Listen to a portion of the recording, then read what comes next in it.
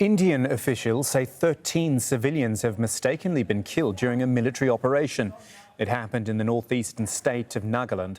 The army is reported to have shot at a truck carrying dozens of people, and then troops fired at a crowd that gathered in protest against that attack. One soldier also killed in all of that. With us now from the Mon district in Nagaland is journalist Mano Wangnao. Thank you so much for your time. Is the army giving any explanation as to how this happened? Because it is a huge, huge error. Unfortunately, they have given an excuse of mistaken identity, which is just not justifiable, because the villagers were returning from their fields, from their daily work. And I don't think it is very difficult to be able to differentiate between normal villagers coming back from farms, in comparison to militants who are probably armed at most instances. And in this case, it was during daytime. It wasn't even very dark. It was 4 p.m. here, wherein the sun is still up and people are still visible. So they have said it is a case of mistaken identity, but people here are not buying it at the moment. I'll bet they're not. Mano, I think we need to understand more about the background, the situation in Nagaland, because it's not a part of India we hear about very often. I'm trying to understand the nature of people's relationship with the army and with officials there. Okay, as you mentioned, Nagaland has been seeking its independence from India since time immemorial, since the British left India.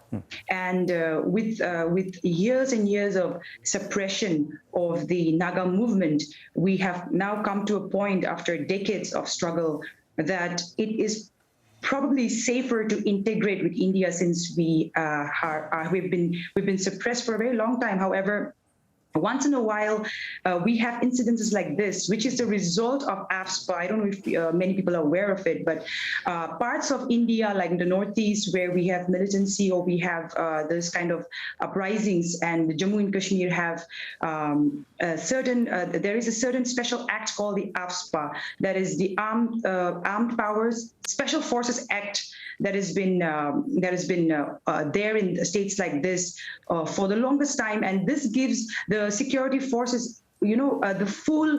There is no accountability. They can, under this act, they can fire and they can shoot at people at sight at will if there is even a speck of suspicion. So, and because of why this, why was that brought in? Sorry to interrupt you. Why is there a Special Powers Act like that, which is so violent and so seemingly extreme, certainly to outsiders? Exactly. India is a democratic country, and we believe and we follow the institution. The institution is very, very strong, democratic institution, and yet it is surprising that after years and years and years of, continuous talks of peace, this Special Powers Act is still prevalent in states like this, and we have no idea. We have been fighting to repeal such acts.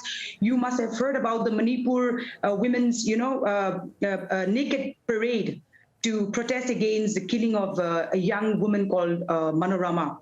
So this has been going on for the longest time, and this act is the reason why yesterday the villagers, harmless villagers, unarmed villagers, innocent villagers going about their work were fired upon without a single question in broad daylight. So this is something, the government of India should actually think and analyze as to why, after so many years of talking about integration and peace, these regions are still ironclad under this rule, where a person, if under the suspicion of being a militant or having militant contacts, can be gunned down, with impunity. Mano Wangnao, this is something that...